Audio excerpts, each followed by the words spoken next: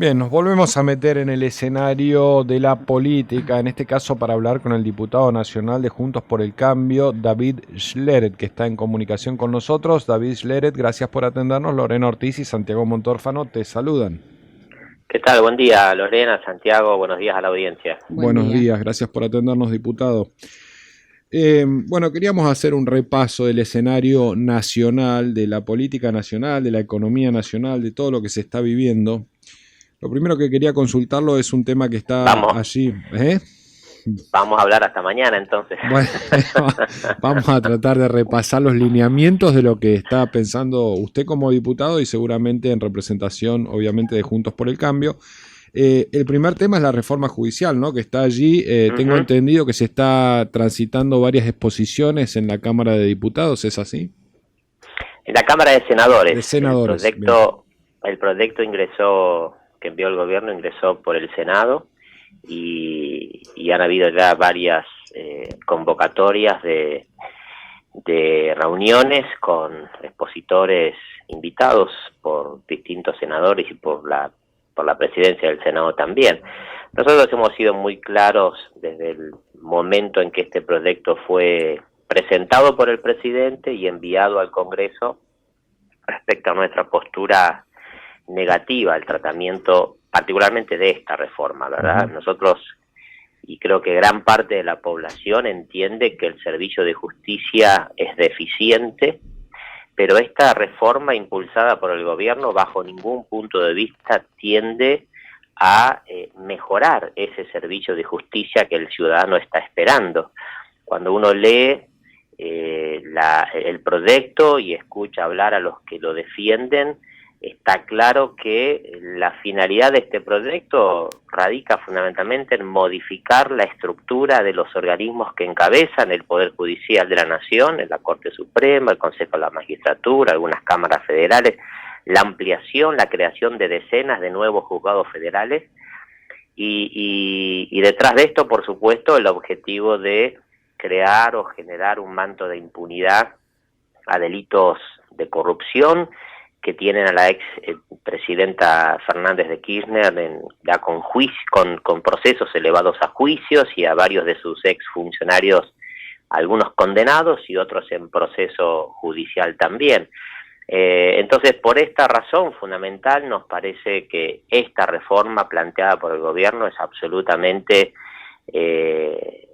atenta contra el funcionamiento de uno de los tres poderes de la República, que es el Poder Judicial. Por otro lado, también nos parece absolutamente inapropiado, fuera de lugar, plantear en medio de la situación de crisis sanitaria, económica, social que vive el país,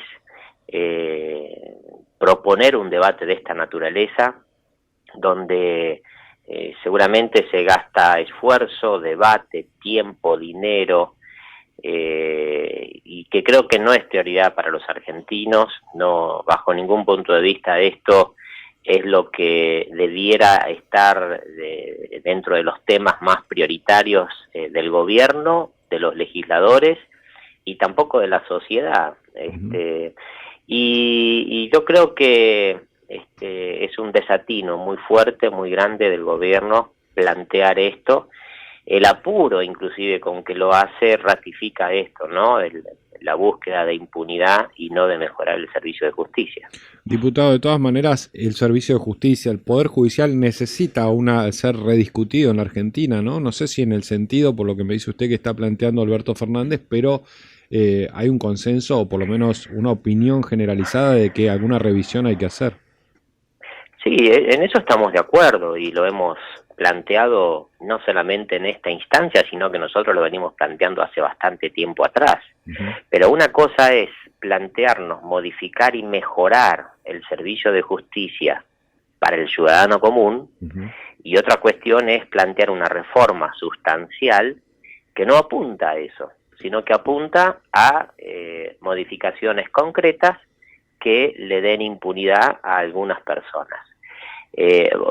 Hay cuestiones que no se entienden. Por ejemplo, mira, hay casi 200 juzgados federales vacantes, sin juez natural, que están siendo subrogados a través de mecanismos poco claros de justamente subrogación de de juzgados, ¿no? Es decir, subrogar un juzgado cuando un juez de otro juzgado tiene que hacerse cargo no solamente del propio, sino de algún otro que está vacante. Bueno, hay casi 200 vacantes, y esta reforma plantea crear 94 nuevos juzgados.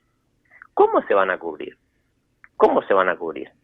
Entonces, vuelvo a repetir, me parece que aquí hay otra finalidad, no la que en general creo que la dirigencia política y fundamentalmente el ciudadano apoyaría, que es una reforma que mejore de verdad el sistema de justicia. Y lo otro que podría mencionar también es que si de verdad hay intención de mejorar el servicio de justicia, antes de enviar un proyecto cerrado, acabado, que pocas ganas tienen de debatir o de cambiar, se hubiera convocado a la oposición, se hubiera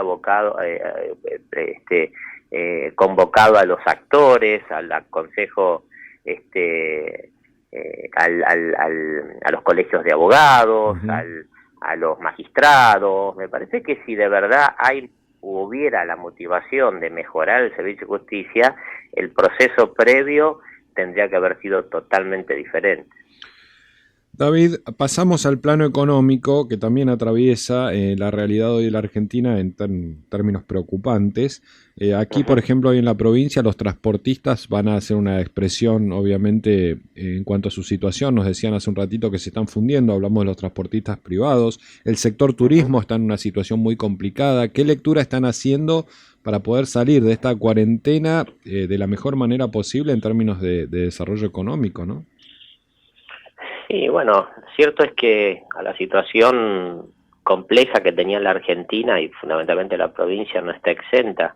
Previo a la pandemia, los procesos de cuarentena que ha planteado el gobierno han agravado sustancialmente esa situación. Y lo peor es que, a mi modo de ver, con las medidas que se vienen tomando, todavía queda un grado de incertidumbre muy grande de ver cómo se puede salir de toda esta situación y que golpea fundamentalmente a la cuestión económica y social, diría yo, ¿no? A mí me parece que una de las medidas importantes y necesarias que debieron haberse tomado fue la de ampliar, ¿no? Ese ámbito de decisiones donde solamente hay infectólogos y quizás debieran haber también economistas, debieran haber también sociólogos, debieran haber también personas idóneas y capacitadas para tener una visión más global de lo que ha implicado el encierro y la cuarentena estricta a la que ha sometido el gobierno al pueblo argentino.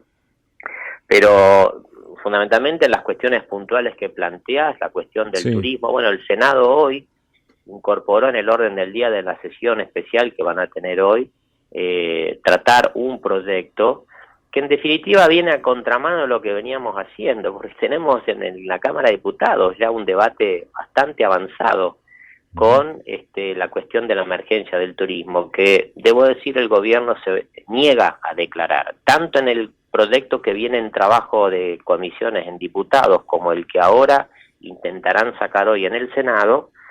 En ninguno de los dos se declara la emergencia. Son más bien proyectos declarativos que ponen en cabeza del Poder Ejecutivo la facultad de tomar algunas decisiones o de no tomarlas. Es decir, esta mecánica de quedar al arbitrio de lo que dispone un funcionario en un escritorio de la Casa Rosada me parece que no es serio y tampoco da certezas de la posibilidad cierta de colaborar con el sector turístico. Nosotros hemos propuesto, y tiene un dictamen de minoría en la Cámara de Diputados, propusimos tratarlo la semana pasada, en el martes de la semana pasada, en la sesión que tuvimos en diputados, y el oficialismo se negó a tratarlo. Pero es un proyecto que establece la emergencia turística en su primer artículo por un año, con opción a renovarlo 6 meses más, es decir, podrían hacer hasta 18 meses, y a partir de la declaración de esa emergencia establece la propia ley, es decir, se establece por ley una serie de decisiones, como por ejemplo la ayuda con el 50% para el pago de salarios, la exención temporaria del pago de anticipos de ganancias, de retenciones y percepciones impositivas, de suspensión de juicios ejecutivos, de suspensión de juicios laborales, es decir, una serie de medidas que no quedan al arbitrio de un funcionario, sino que establecidas por ley le dan al sector del turismo la perspectiva de estabilidad, del sostenimiento de estas decisiones que por supuesto todos entendemos que colaboran de manera muy concreta con esta situación y con la que van a tener en los próximos meses. Y estas decisiones que hemos planteado en nuestro dictamen no son caprichosas, ni tienen que ver con que algunos diputados de Juntos por el Cambio se nos iluminó la mente con cuestiones de esta naturaleza. La verdad que esto es lo que los propios actores del sector, los representantes de las cámaras, nos han venido planteando en decenas de reuniones que hemos tenido con representantes, vuelvo a repetir, de las cámaras, de operadores turísticos en todas las provincias argentinas y por supuesto Neuquén y la Patagonia han tenido un rol muy muy importante. Esperemos que el gobierno reflexione, que salga de esta lógica de relato por un lado y de decisiones por otro y podamos juntos sacar una buena ley que dé respuesta a las necesidades de un sector tan importante para la economía de la Argentina y también para la economía de la provincia. David, un acuerdo de Guzmán con los acreedores con jurisdicción, con deuda bajo jurisdicción extranjera. ¿Eso es importante y cómo refleja o se puede ver reflejado eso en el desarrollo, por ejemplo, de Vaca Muerta? A ver, ¿hay relación, no hay relación? ¿Cuál es la expectativa que les despertó y que te despierta a vos este acuerdo? Hay una relación directa, muy estrecha. Por eso nosotros decimos que es una muy buena noticia, es una muy buena señal que el gobierno haya, después de varios meses de negociación, cerrado el acuerdo con los bonistas bajo jurisdicción extranjera. Sí. Podemos tener opiniones y matices de opinión sobre el acuerdo propiamente dicho, pero más allá de eso, la firma o el acuerdo alcanzado es una muy buena señal. En primer lugar, para el gobierno, para el Estado argentino, porque le genera un alivio importante para los próximos 3 años, 4 años, en el pago de intereses y fundamentalmente también de capital. Va a pagar aproximadamente $2.000 millones por año, y eso creo que es bueno. Por otro lado, a los gobiernos provinciales, y a esto a Neuquén le también un gran beneficio, sabido es que la provincia de Neuquén tiene un altísimo endeudamiento, también endeudamiento con ley de jurisdicción extranjera. Sí. El gobierno salió estos días a plantear una renegociación por $900 millones. Bueno, vos conocés mi opinión respecto de eso, pero lo concreto es que ese endeudamiento puede ser aliviado también a partir de este acuerdo. Y al sector privado también, y aquí vamos a tu pregunta. Sí. Los inversores los sectores de la economía que requieren un elevado proceso de inversión, como es por ejemplo Vaca Muerta, también es fundamental este acuerdo, porque esas inversiones que vienen a Vaca Muerta o que deberían volver a Vaca Muerta, ese proceso de inversión, generalmente surgen de procesos de crédito multilateral o créditos internacionales, y cuando vos o una empresa multinacional sale a pedir un crédito para aplicarlo a inversiones en Vaca Muerta, y la Argentina, por otro lado, está en una situación de default, bueno, esos procesos de inversión se entorpecen seriamente y algunos se obstaculizan totalmente, ¿no? Entonces, el haber logrado este acuerdo va a permitir que muchas de las empresas operadoras que están ya o que tienen intención de retomar un proceso de inversiones que fue muy importante en la Argentina hasta el año 2019, primera parte del 2019, sí, se pueda retomar. Por eso es muy importante este acuerdo, ¿no? Diputado, la última, para el 17 de agosto, ¿están convocando a qué? ¿A una expresión nacional? ¿Cuál es la consigna de esa convocatoria que ha hecho, entre otras, la figura de Patricia Bullrich, ¿no? Presidenta del PRO? Sí, nosotros lo que hacemos es acompañar lo que está claro, son manifestaciones espontáneas de muchos sectores del pueblo argentino. Y los motivos se van sucediendo a medida que avanza la realidad. Esto fue una práctica muy habitual tiempo atrás,